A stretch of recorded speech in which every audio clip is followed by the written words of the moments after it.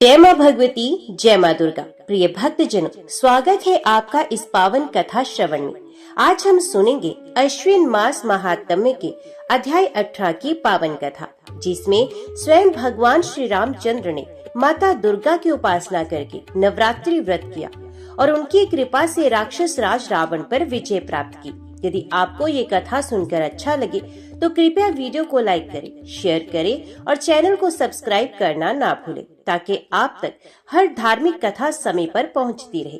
Comments में जय माँ दुर्गा और जय श्री राम अवश्य लिखें। तो आइए प्रिय भक्तों, आरंभ करते हैं इस पावन कथा को। अयोध्या के राजा दशरथ के पुत्र मर्यादा पुरुषोत्तम श्री रामचंद्र अपनी धर्म निष्ठा, करुणा और वीरता के लिए जगत में प्रसिद्ध हुए। जब लंका के राक्षस राज रावण ने माता सीता का हरण किया, तब श्री राम ने धर्म की रक्षा और सत्य की विजय के लिए रावण से युद्ध करने का संकल्प लिया।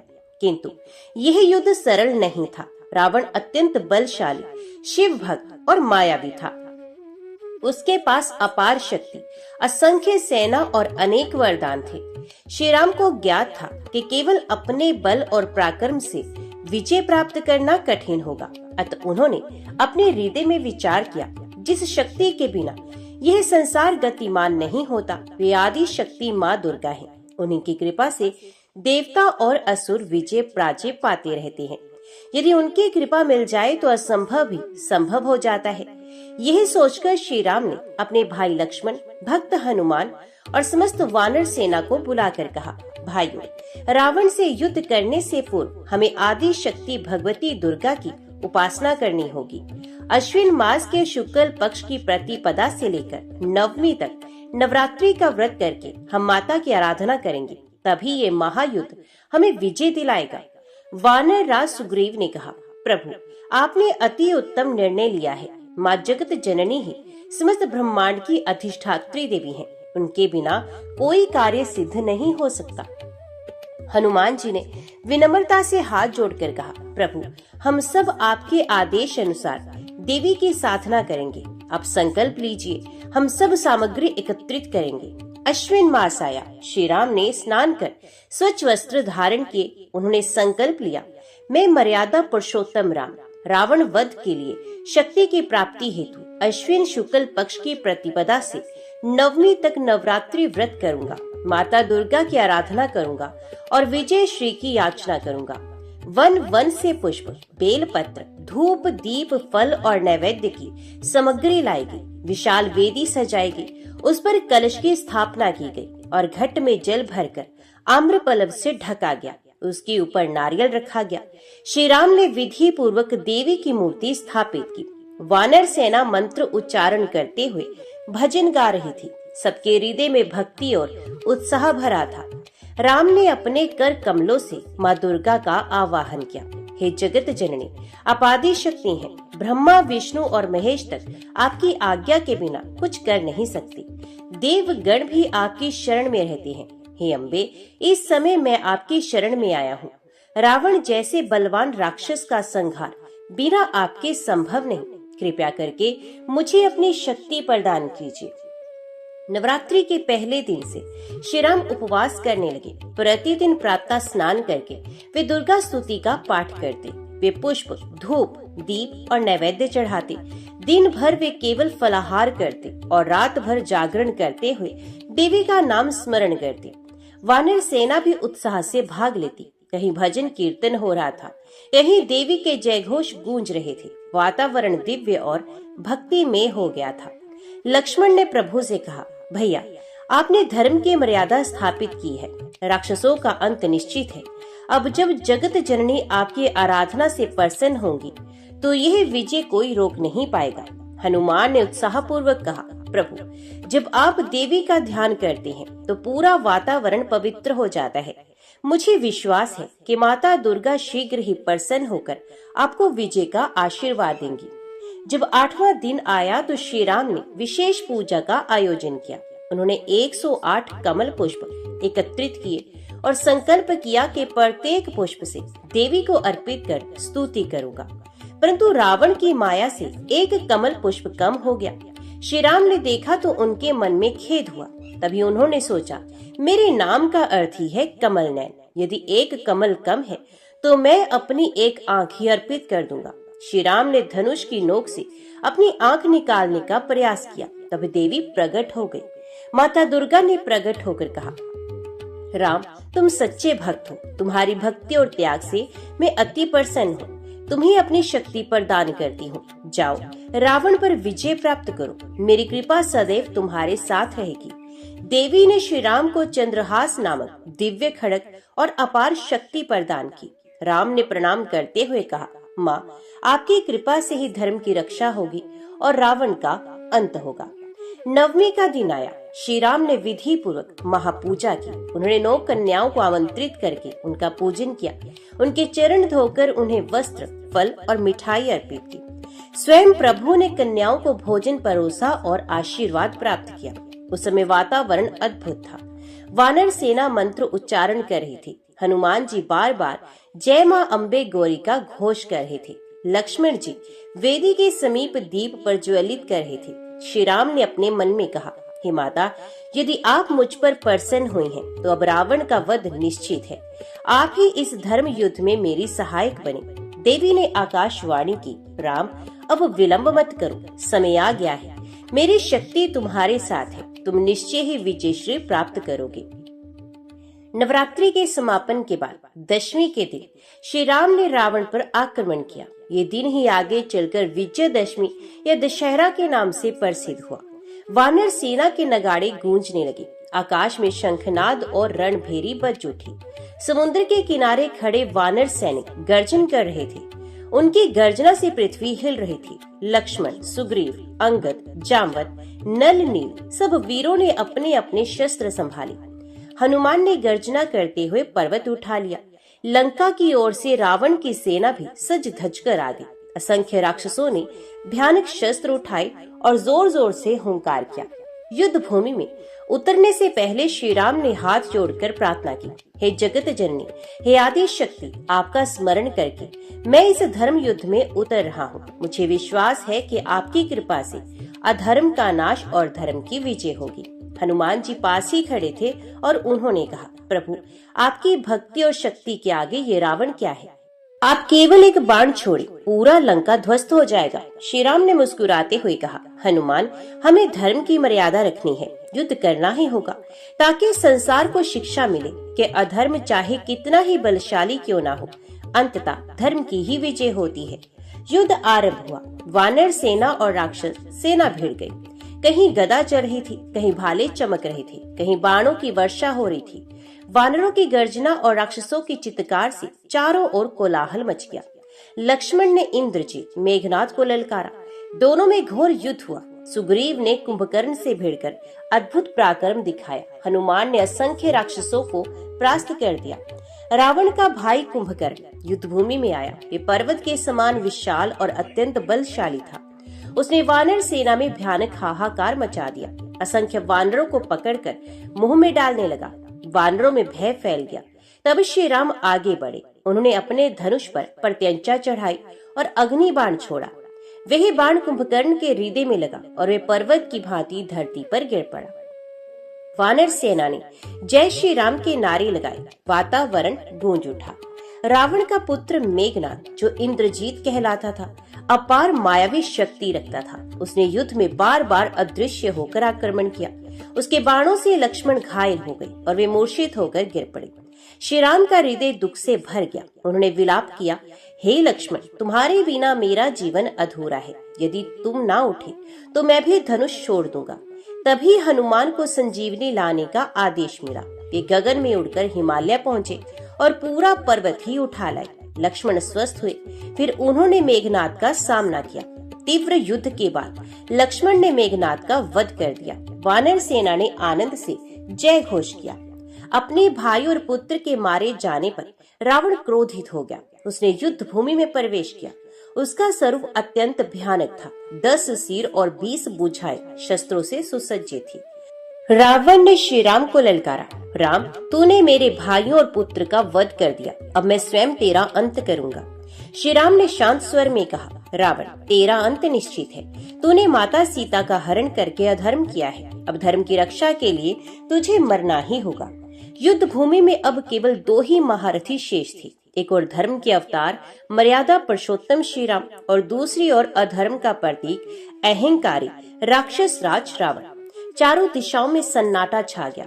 वानर और राक्षस सेना दोनों ही पीछे हटकर इस अद्भुत संग्राम को देखने लगी। आकाश में देवगण, गंधर्व, सिद्ध और ऋषि प्रकट हुए और वे भी इस युद्ध को देखने लगे। रावण ने अपने विशाल धनुष पर प्रत्यंचा चढ़ाई। उसका स्वरूप भव्य था। 10 मुखों से वे गर्जन कर रहा था। उसने एक साथ सैकड़ों बाण छोड़े जो अग्नि की वर्षा की भांति श्री राम की ओर बढ़े। श्री राम ने तुरंत प्रत्युत्तर दिया। उनके बाण वज्र की तरह रावण के बाणों से टकराकर उन्हें आकाश में ही भस्म कर दी थी। धरती कांप रही थी। समुद्र लहरें उछाल रहा था। पर्वत हिल रहे थे।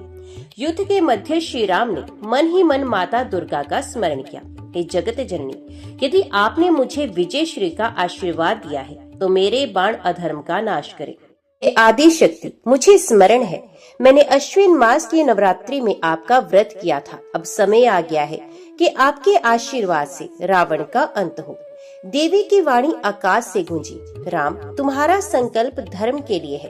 तुम निश्चय ही विजय प्राप्त करोगे। मेरे आशीर्वाद से तुम्हारे बाण अजय होंगे। रावण ने अपनी मायावी शक्ति का प्रयोग किया।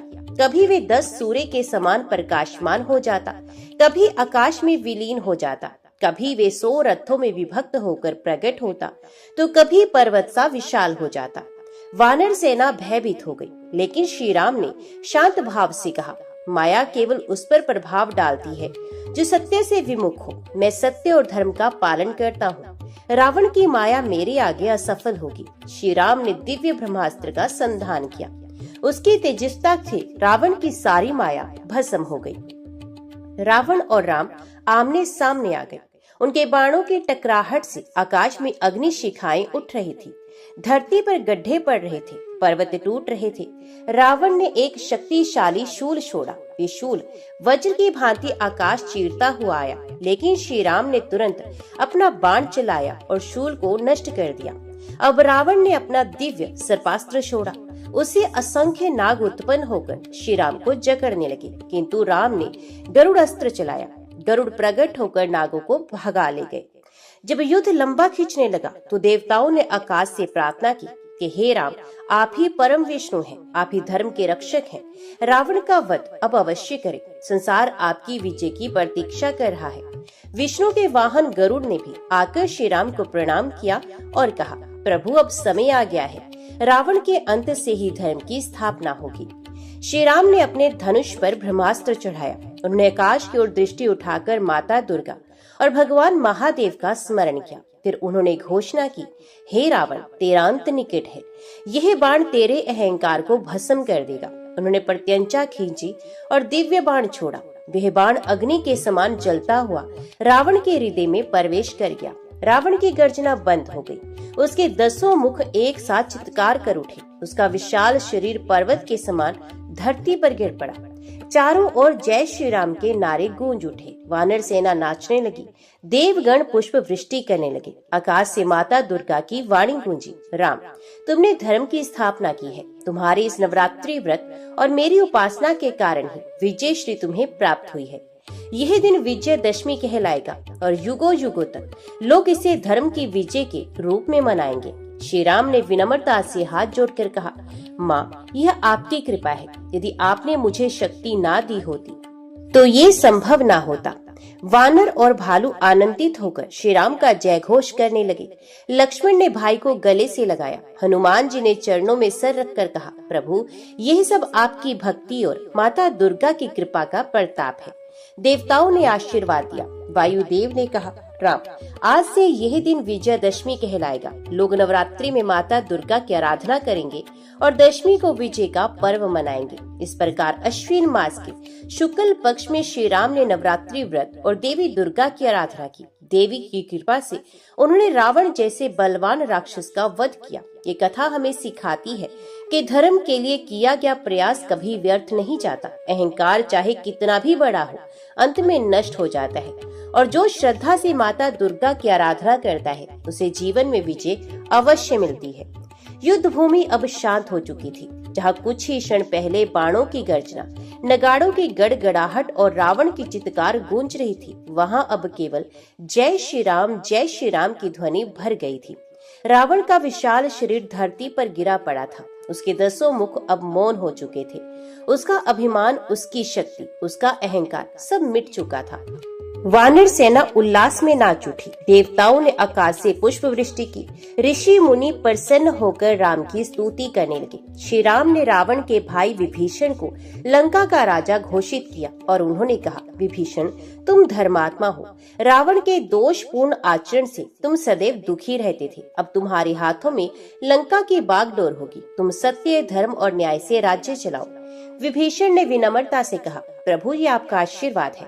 मैं सदैव धर्म का पालन करूंगा।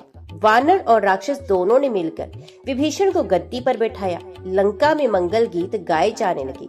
रावण के वध के बाद श्री राम ने विभीषण को आदेश दिया, भाई, सीता को उनके कष्ट से मुक्त कराओ। विभीषण ने शोक वाटिका में जाकर सीता माता को नम्रता से कहा, माँ, आपके तप, आपके धैर्य और आपके पति की वीरता से आज रावण का अंत हो चुका है। अब प्रभु श्री राम आपका स्वागत करने आए हैं। सीता जी की आंखों से आंसू बह निकले। वो ना जाने कितने समय से इसी क्षण की प्रतीक्षा कर रही थी। हनुमान जी उनके चरणों में गिर पड़े और बोले, माता, प्रभु ने आपका दुख दूर कर दिया। अब अयोध्या की ओर चलने का समय है। श्री राम ने माता सीता को देखकर हाथ जोड़ लिए और उन्होंने कहा, देवी, आपका तप और धैर्य ही इस विजय का कारण है। यदि आप दृढ़ न होती तो ये संभव न होता। सीता जी ने आंखें झुकाकर कहा, नाथ, ये सब माता दुर्गा की कृपा है। आपने उनका व्रत किया, तभी ये विजय मिली। इंद्र, वरुण, यम, कुबेर और अन्य देवता प्रकट हुए। उन्होंने श्री राम की स्तुति की और कहा, हे राम, आपने धर्म की रक्षा की। रावण का अंत करके आपने देवताओं को भी भय से मुक्त कर दिया। अब यही संसार युगों युगों तक आपकी कथा को गाएगा। माता दुर्गा की वाणी आकाश से गूंजी, राम, जिस नवरात्रि व्रत का पालन तुमने किया, वे आगे चलकर संसार के लिए महान व्रत बनेगा। भक्त जब अश्विन मास में इस व्रत को करेंगे तो उन्हें भी विजय और सुख की प्राप्ति होगी। युद्ध की समाप्ति 10वीं तिथि को हुई थी, तो देवी ने कहा, यह दिन विजय का प्रतीक होगा। युग युग तक मनुष्य इस तिथि को विजयदशमी के नाम से मनाएंगे। लोग नवरात्रि में मेरी आराधना करेंगे और दशमी को धर्म की विजय का उत्सव मनाएंगे। तभी से ये परंपरा चली आ रही है। नवरात्रि का उपवास, देवी का पूजन, रामलीला का आयोजन और दशहरा का पर्व सब इसी कथा से जुड़े हैं। लंका में सब कार्य पूर्ण होने के बाद श्री राम ने वानर राज सुग्रीव, हनुमान, अंगद और अन्य वीरों को गले लगाया। उन्होंने कहा, तुम सबके साहस और भक्ति से ही ये कार्य संभव हुआ है। ये विजय केवल मेरी नहीं, हम सबकी है। वानर सेना आनंदित हो गई। हनुमान जी ने विनम्रता से कहा, प्रभु, ये सब आपकी कृपा है। हम तो केवल आपके सेवक हैं। फिर श्री राम ने विभीषण को राज्य की व्यवस्था संभालने का आशीर्वाद दिया और अयोध्या लौटने की तैयारी की।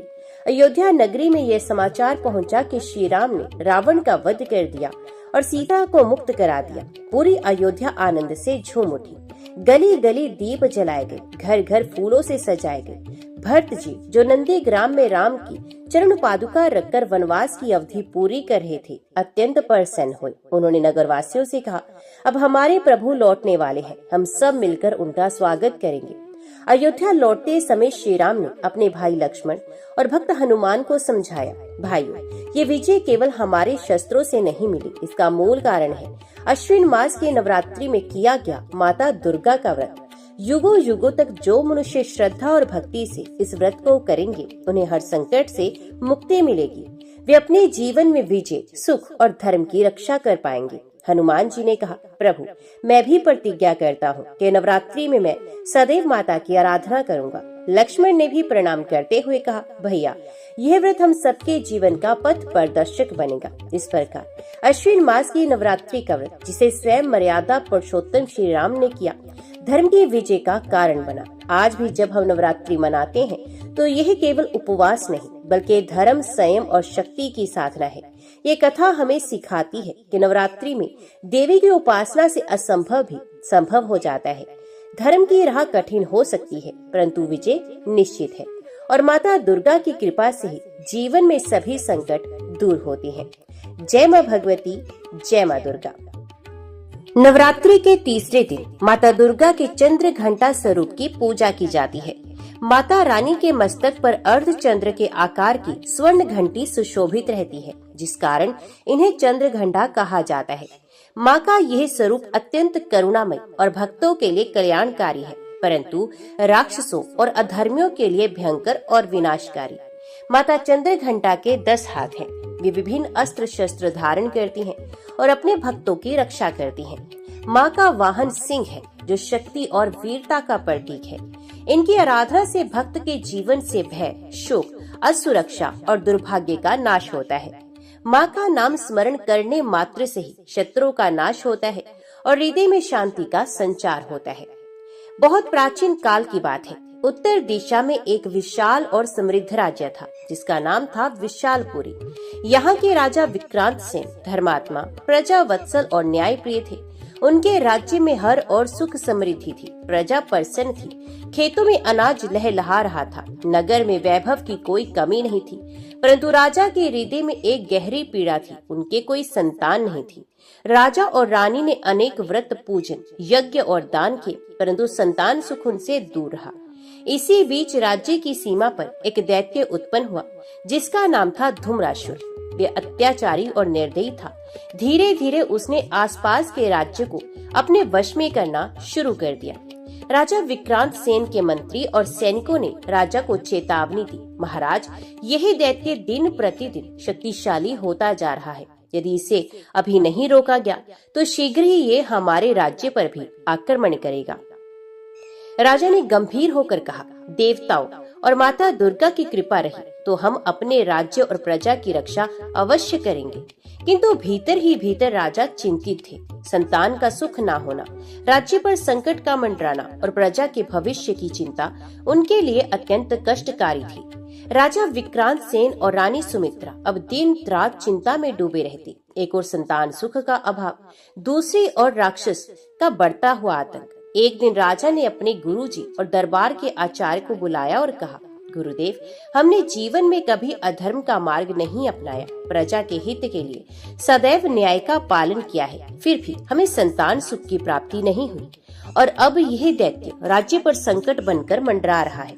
आप ही हमें कोई मार्ग बताइए। ऋषि ने गंभीर स्वर में उत्तर दिया, महाराज, इस संसार में सब कुछ माँ शक्ति की कृपा पर ही आधारित है। नवरात्रि आरंभ हो रही है। यदि आप और महारानी माँ दुर्गा के तीसरे स्वरूप माता चंद्र घंटा की आराधना पूरी श्रद्धा से करेंगे तो न केवल संतान सुख की प्राप्ति होगी, बल्कि राज्य से ये राक्षसी संकट भी टल जाएगा। राजा और रानी के हृदय में आशा की किरण जग गई। उन्होंने उसी क्षण संकल्प लिया कि आने वाले नवरात्र में वे कठोर व्रत करेंगे और माता चंद्र घंटा की तपस्या करेंगे। नवरात्रि का प्रथम दिन आया। महल को स्वच्छ किया गया। आंगन में वेदी बनाई गई और उसमें कलश स्थापित किया गया।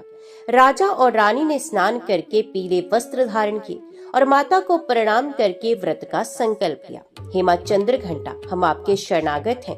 आप कृपा करके हमारे जीवन का अंधकार दूर करें, हमें संतान सुख प्रदान करें और हमारे राज्य को इस राक्षसी संकट से बचा ले। दिन प्रतिदिन राजा रानी ने नियम पूर्वक उपवास किया, माँ की मूर्ति के समक्ष दीपक जलाया, पुष्प अर्पित किए और दुर्गा सप्तशती का पाठ किया। महल का हर व्यक्ति माँ के भजन गाता और राज्य की प्रजा भी अपने राजा रानी के साथ माँ की पूजा में सम्मिलित होती। धीरे धीरे तीसरा दिन आया। यह दिन माता चंद्र घंटा की पूजा का विशेष दिन था। राजा और रानी ने प्रातःकाल नदी में स्नान किया, स्वर्ण कलश पर नारियल और आम्रपत्र रखकर विधिवत पूजा आरंभ की। पूजा के समय रानी की आंखों से अश्रु बहने लगे। वे रोकर प्रार्थना करने लगी, हे माँ, मैं आपकी पुत्री के समान हूँ। यदि मैंने कभी किसी का अहित नहीं किया तो कृपया करके मेरी गोद भर दीजिए। मेरा ये जीवन अधूरा है। उस समय मंदिर में दीपक की लो असाधारण रूप से तेज हो गई। घड़ी की टंकार के समान मधुर ध्वनि सुनाई देने लगी।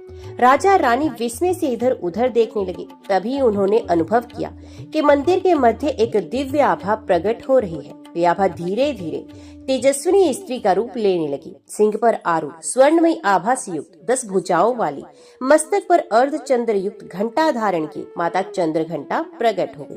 माँ चंद्रघंटा ने करुणामय स्वर में कहा, हे वत्स, तुम्हारा भक्ति भाव मुझे प्रसन्न कर गया है। अब चिंता मत करो, तुम्हें संतान सुख भी प्राप्त होगा और ये राज्य भी दैत्य के संकट से मुक्त हो जाएगा। राजा रानी ने भाव विभोर होकर माता के चरणों में प्रणाम किया और कहा, माँ, यदि आप प्रसन्न हैं, तो हमारी प्रजा पर सदैव अपनी कृपा बनाए रखिएगा, यही हमारी सबसे बड़ी इच्छा है।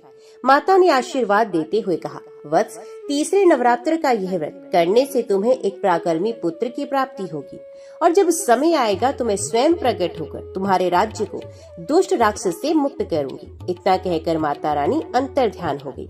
राजा और रानी के हृदय में अब आनंद और विश्वास भर गया। उन्हें पता था कि संकट कितना भी बड़ा क्यों ना हो, माँ चंद्रघंटा की कृपा उनके साथ है।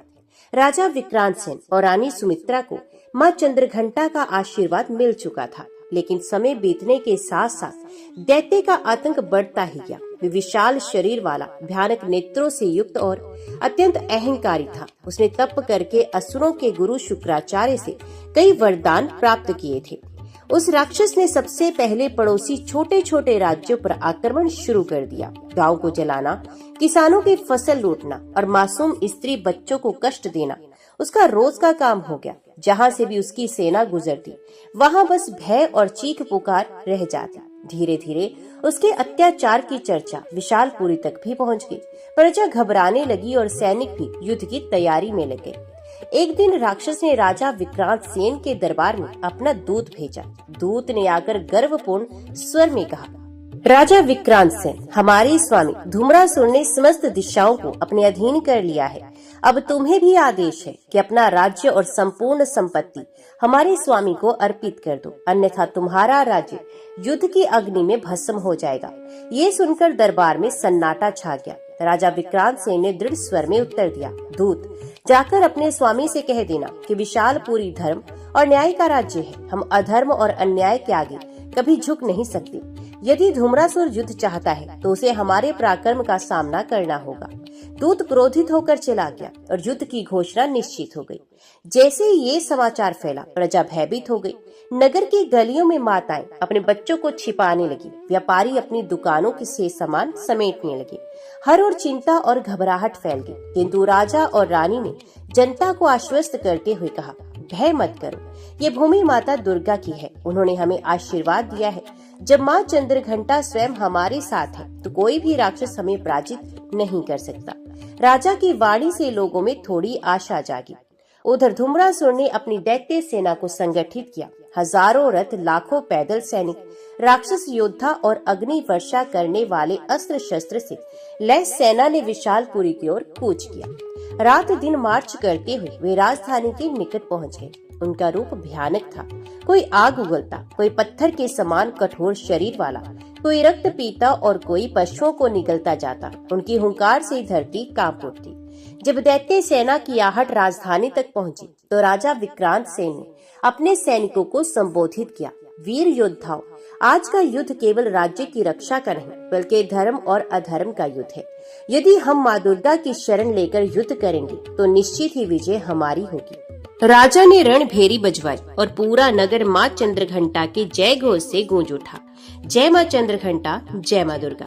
युद्ध से एक दिन पहले रानी सुमित्रा ने महल के मंदिर में जाकर माँ चंद्रघंटा से प्रार्थना की, हे माँ, कल का दिन निर्णायक होगा। हमारी प्रजा, हमारा भविष्य, सब कुछ आपके हाथों में है। कृपया करके अपने सिंह पर आरूढ़ होकर अवश्य प्रकट होइए और इस अधर्मी राक्षस का नाश कीजिए। पूरे नगर ने मिलकर रात्रि भर भजन कीर्तन किया और दीप मालाएं जलाकर माँ की आराधना की। अगली सुबह राक्षस की दैत्य सेना ने विशालपुरी के द्वारों पर हमला किया। सैनिक, रथ और राक्षसों की गड़गड़ाहट से धरती कांप रही थी। राजा विक्रांत सेन ने अपने वीर सैनिकों को रणभूमि में खड़ा किया। सभी ने हाथ जोड़कर माता चंद्रघंटा की ओर ध्यान केंद्रित किया। राजा ने उच्च स्वर में कहा, वीर जवानों, याद रखो, हम केवल अपने राज्य की रक्षा नहीं कर रहे, ये धर्म और अधर्म का युद्ध है। माता चंद्रघंटा हमारी रक्षा कर रही हैं। भय मत मानो, वीर बनो। सैनिकों में उत्साह का संचार हुआ और वे युद्ध के लिए तैयार हो गए। जैसे ही धूम्रासुर ने पहला आक्रमण किया, आकाश में अचानक तेजस्वी प्रकाश फैला। सभी लोग विस्मित हो गए। दूर से ही एक दिव्य सिंह दिखाई दिया, जिसके मस्तक पर अर्धचंद्र युक्त स्वर्ण घंटा झलमिला रहा था। सिंह पर आरूढ़ माता चंद्रघंटा प्रकट हुई, 10 भुजाओं में अस्त्र शस्त्र लिए, भय और अधर्म का नाश करने हेतु तैयार। माँ की भव्यता और तेज देखकर राक्षस सेना हतभृत हो गई। धूम्रासुर स्वयं कांप उठा। माँ ने करुणामय स्वर में कहा, अधर्मी, तुम्हारा अत्याचार समाप्त होगा, अब धर्म की विजय अवश्य होगी। माँ चंद्रघंटा ने अपने सिंह को लेकर दैत्य सेना पर प्रहार शुरू किया। सिंह की गर्जना से दैत्य भयभीत हुए। माँ की भुजाओं से निकलने वाले दिव्य अस्त्रों ने दैत्य सैनिकों को भस्म कर दिया। धूम्रासुर ने अपनी विशेष शक्ति का प्रयोग किया।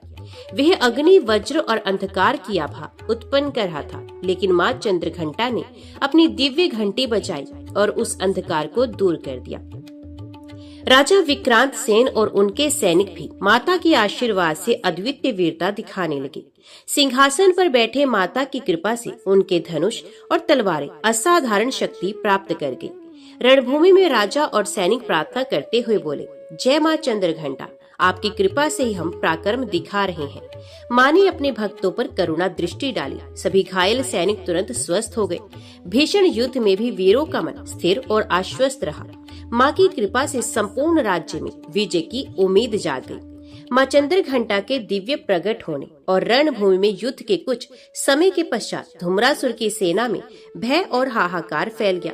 माँ ने सिंह पर आरूढ़ होकर अपने 10 भुजाओं से धूम्रासुर को घेर लिया। दैत्य ने अनेक अस्त्रों का प्रयोग किया, परंतु माता की दिव्य शक्ति के सामने उसकी हर चाल विफल रही। अंततः माँ ने अपनी स्वर्ण घंटी बजाई और उसके तेजस्वी प्रकाश से धूम्रासुर का शरीर क्षणिक रूप से विकृत हो गया।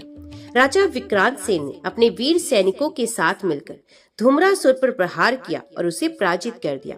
पूरा रणभूमि माँ के तेज और भक्तों के पराक्रम से गूंज उठा। जय माँ चंद्रघंटा, जय माँ दुर्गा। धूम्रासुर के पराजय के बाद विशालपुरी में शांति लौट आई।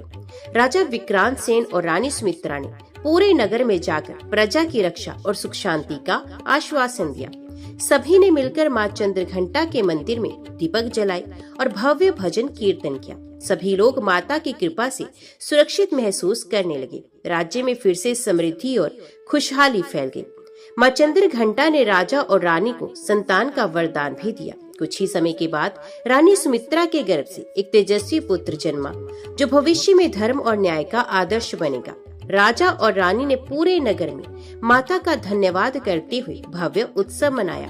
माँ चंद्रघंटा ने आशीर्वाद दिया, मेरे भक्तों, जो भी श्रद्धा और भक्ति से तीसरे नवरात्र का व्रत करेंगे, उन्हें जीवन में संकट से मुक्ति और अनंत सुख प्राप्त होगा। ये व्रत संकट मोचन, भय नाशक और सफलता प्राप्ति का प्रतीक है। अभी हम जानेंगे माता पार्वती की वह अद्भुत यात्रा, जब वे शिवजी से विवाह कर त्रिलोक्य की माता बनी और अपने तीसरे स्वरूप माता चंद्रघंटा के रूप में प्रकट हुई। पुराणों में वर्णन आता है कि जब भगवान विष्णु के आदेश से दैत्यराज तारकासुर का जन्म हुआ, तब उसने कठोर तप करके भगवान ब्रह्मा से वरदान पाया कि मुझे केवल शिव पुत्र ही मार सके। अब समस्या ये थी कि शिवजी तपस्वी बने हुए थे, वे विवाह और सांसारिक जीवन से दूर रहते थे। दूसरी ओर देवता सोच में पड़ गए कि यदि शिवजी विवाह ही नहीं करेंगे तो पुत्र कैसे होगा और तारकासुर का अंत कौन करेगा। तभी धरती पर पर्वतराज हिमालय के घर पर एक दिव्य कन्या का जन्म हुआ। वे थी माता पार्वती। बचपन से ही पार्वती अत्यंत तेजस्विनी, करुणामयी और शिव भक्त थी। वे महादेव को अपना पति मानकर निरंतर उनके ध्यान और पूजा में लीन रहती थी। कहा जाता है कि छोटी सी उम्र में ही पार्वती ने ये प्रण कर लिया कि वे किसी और से विवाह नहीं करेंगी। उनके हृदय में केवल भगवान शिव ही बसे थे। पर्वतराज हिमालय को जब ज्ञात हुआ कि ब्रह्मा जी और देवताओं की इच्छा है कि पार्वती का विवाह शिवजी से हो, तो उन्होंने इस संकल्प को स्वीकार कर लिया। लेकिन शिवजी संसार से निरपेक्ष, समाधिस्थ और कठोर योगी थे। उन्हें विवाह के लिए मनाना आसान नहीं था। इसलिए पार्वती ने कठोर तपस्या शुरू की। कभी केवल फल खाकर दिन बिताना, कभी केवल पत्तों पर निर्भर रहना, कभी केवल वायु पीकर जीना, और अंत में उन्होंने निर्जल उपवास तक कर लिया था। उनकी इस तपस्या ने तीनों लोकों को हिला डाला। हजारों वर्षों की तपस्या के बाद भगवान शिव प्रकट हुए और पार्वती से कहा, देवी, तुम्हारी भक्ति, तप और समर्पण से मैं प्रसन्न हूँ। तुम जैसा अडिग संकल्प किसी और में नहीं देखा। मैं तुम्हें अपनी अर्धांगिनी के रूप में स्वीकार करता हूँ। इस प्रकार पार्वती को उनका तप का फल मिला और देवताओं की भी मुराद पूरी हुई। शिव पार्वती विवाह का वर्णन पुराणों में अत्यंत अद्भुत है। चारों ओर देवताओं का जमावड़ा, ऋषि मुनि स्तुति करते हुए और स्वयं विष्णु जी, ब्रह्मा जी, इंद्र आदि देवता साक्षी बने। विवाह के समय शिव जी बारात लेकर आए तो उनके साथ भूत प्रेत, गण, योगी और विचित्र रूप वाले साथी थे। पर्वतराज हिमालय की प्रजा ये दृश्य देखकर घबरा गई, परंतु पार्वती ने मुस्कुराते हुए कहा, यही मेरे महादेव है, यही मेरे स्वामी है। इस प्रकार महाकैलाश की अद्भुत गाथा के साथ शिव पार्वती का विवाह संपन्न हुआ। शिव पार्वती विवाह के बाद भी दैत्यों का आतंक बढ़ता ही जा रहा था। विशेषकर महिषासुर और शुंभ निशुंभ जैसे असुर देवताओं, मनुष्यों और ऋषियों को कष्ट देने लगे। देवताओं ने आदि शक्ति की स्तुति की और प्रार्थना की कि वे असुरों का संहार कर उन्हें भय से मुक्त करें। यहीं से माता के नवरात्रि के 9 रूपों का प्रैक्टिस शुरू होता है। पहले दिन माता शैलपुत्री के रूप में पूजी गई। दूसरे दिन माता ब्रह्मचारिणी के रूप में प्रकट हुई। इन दोनों रूपों में माता ने साधना, तपस्या और शक्ति का अद्भुत संदेश दिया। जब असुरों का आतंक सीमा पार कर गया और देवता बार बार त्राही त्राही पुकारने लगे, तब माता ने तीसरे दिन अपने दिव्य चंद्र घंटा रूप को धारण किया। उनके मस्तक पर अर्ध चंद्र के आकार के घंटा की भांति झलकती आभा थी। इसी कारण उनका नाम चंद्र घंटा पड़ा। उनके स्वरूप में 10 भुजाएं, प्रत्येक हाथ में अस्त्र शस्त्र, सिंह की सवारी और मस्तक पर तेजस्वी स्वर्ण आभा। उनके रूप को देखकर दैत्यों के हृदय कांप उठे। जब देवताओं ने असुरों के अत्याचार की व्यथा सुनी तो पार्वती ने दिव्य तेज धारण किया। उनका स्वरूप अचानक बदल गया। उनका शरीर स्वर्ण के समान चमकने लगा। 10 भुजाओं में त्रिशूल, गदा, धनुष, बाण, तलवार, कमल, कमंडलू और अन्य दिव्य अस्त्र प्रकट हो गए। उनके माथे पर अर्धचंद्र सुशोभित हुआ, जो घंटे की ध्वनि की तरह गूंजता था। उनकी सवारी सिंह की थी, जो दहाड़कर त्रिलोक्य को भयमुक्त कर रहा था। देवताओं ने उनकी स्तुति करते हुए कहा, हे देवी, आप चंद्र घंटा रूप में हमारे भय का नाश करने आई हैं। आपकी कृपा से त्रिलोक्य सुरक्षित रहेगा। देवताओं की प्रार्थना सुनकर दैत्यराज महिषासुर और उसके साथी क्रोधित हो उठे और उसने कहा, कौन है ये देवी जो हमारे साम्राज्य को चुनौती दे रही है? हम इसे युद्ध भूमि में परास्त करेंगे। हजारों असुर सेना लेकर युद्ध भूमि में आए। चारों ओर नगाड़े बजने लगे। आकाश में शंख ध्वनि गूंज उठी और धरती कांपने लगी। माता चंद्र घंटा सिंह पर सवार होकर रणभूमि में उतरी। उनकी गर्जना से असुरों के रथ के पहिए रुक गए, घोड़े कांप उठे और योद्धाओं के हाथ से अस्त्र गिर पड़े। माता ने अपना त्रिशूल घुमाया और असुरों की पंक्तियां चीर दी। उनके धनुष से निकले बाणों ने असंख्य दैत्यों को क्षण भर में नष्ट कर दिया। सिंह की दहाड़ से दैत्यों का साहस टूट गया। महिषासुर ने देवी को देखकर पहले हंसी उड़ाई और वह बोला, एक ऐसी स्त्री मेरी सेना का क्या बिगाड़ लेगी? मैं इसे रौंद डालूंगा।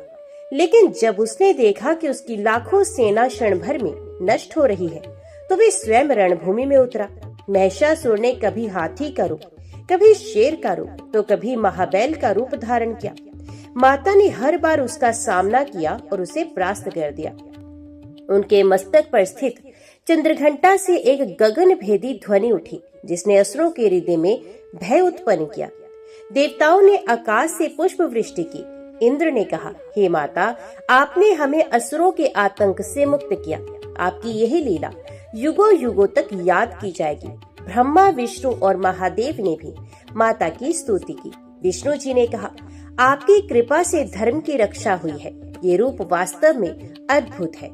माता चंद्र घंटा के बारे में कहा जाता है कि जो भी भक्त मन से उनका ध्यान करता है, उसके हृदय का भय नष्ट हो जाता है। उनके मस्तक पर स्थित घंटे की ध्वनि से समस्त नकारात्मक ऊर्जा दूर होती है। युद्ध, विवाद या जीवन की किसी भी लड़ाई में विजय पाने के लिए माता चंद्र घंटा की उपासना विशेष फलदायी है। कथा है कि एक बार एक छोटे से गांव में दुष्ट डाकू लोगों को लूटते थे। गांव की एक भक्त महिला ने नवरात्रि में माता चंद्रघंटा का व्रत किया। रात्रि में जब डाकू गांव पर हमला करने आए तो अचानक पूरे आकाश में घंटे की गूंज सुनाई दी और एक स्वर्णिम सिंह प्रकट हो गया। डाकू भयभीत होकर भाग निकले और गांव वासी सुरक्षित हो गए। तब सबने समझा कि यह माता चंद्रघंटा की कृपा है। पुराणों में लिखा है कि जो भी भक्त माँ चंद्रघंटा की पूजा करता है उसके जीवन से रोग, भय और शत्रुता का नाश हो जाता है। उनकी उपासना से साहस की प्राप्ति होती है, मन और आत्मा पवित्र होते हैं और साधक को अद्भुत दिव्य अनुभव प्राप्त होता है। नवरात्रि के तीसरे दिन माता चंद्रघंटा की पूजा का विधान बताया गया है। प्रातः स्नान करके पवित्र वस्त्र धारण करें, पूजा स्थल पर कलश स्थापित करें और उसमें गंगा जल, सुपारी, धान्य और सिक्का डालें। माता चंद्रघंटा की प्रतिमा या चित्र को स्थापित करें। गंध, अक्षत, पुष्प, धूप, दीप, फल और नैवेद्य अर्पित करें। विशेषकर सिंहासन पर बैठी 10 भुजाओं वाली स्वर्णिम चंद्रघंटा देवी की ध्यान मूर्ति का स्मरण करें। माता चंद्रघंटा को दूध से बनी वस्तुएं अत्यंत प्रिय हैं। दूध से बनी खीर, सफेद मिठाई और घी से बना हुआ प्रसाद अर्पित करने से माता शीघ्र ही प्रसन्न हो जाती हैं। कहा जाता है कि जिस घर में नवरात्रि के तीसरे दिन खीर का भोग माता को लगाया जाए वहाँ सदैव शांति और समृद्धि बनी रहती है।